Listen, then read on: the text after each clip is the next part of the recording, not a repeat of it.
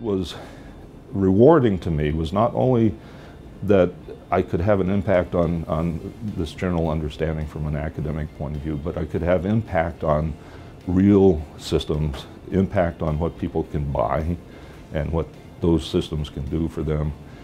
And that only worked by being deeply involved in the industry, involved through collaborations, sometimes through consulting, having my students spend time there, having staff from companies spend time at MIT,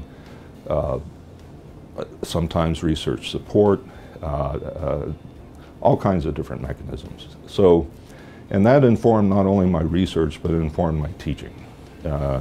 Because I knew what was really going on, I could talk about why some of the more fundamental problems that we look at broadly in materials science and engineering,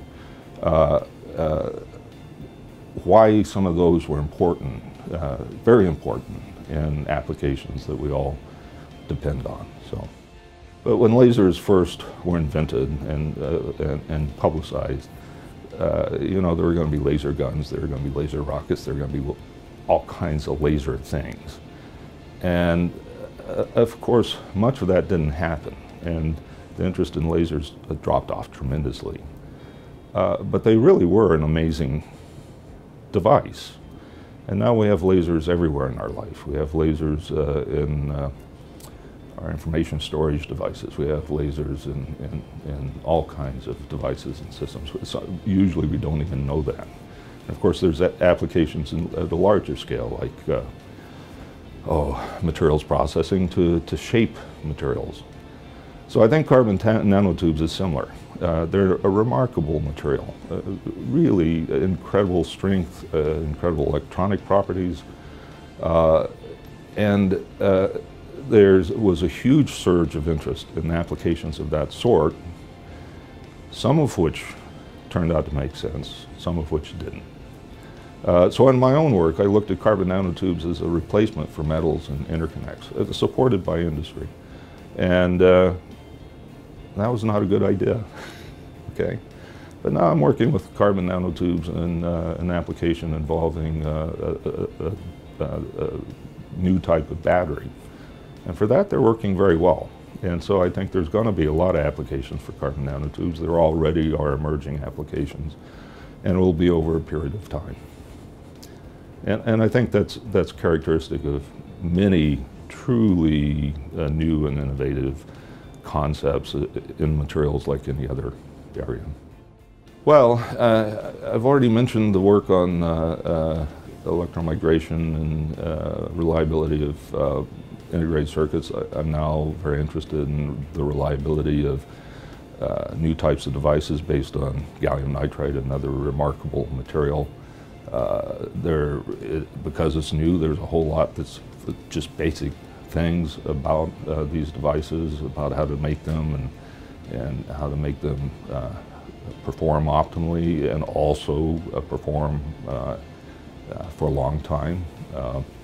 Interestingly, there's a stress component to that because gallium nitride is a material that when you use an electric field, it wants to expand when you subject it to an electric field, so it builds up stress. And so an important part of understanding the reliability of a device like that is to understand the effect of that stress, so you can see the theme there. Another issue, another topic that I'm very interested in right now is the stability of thin films and nanostructures.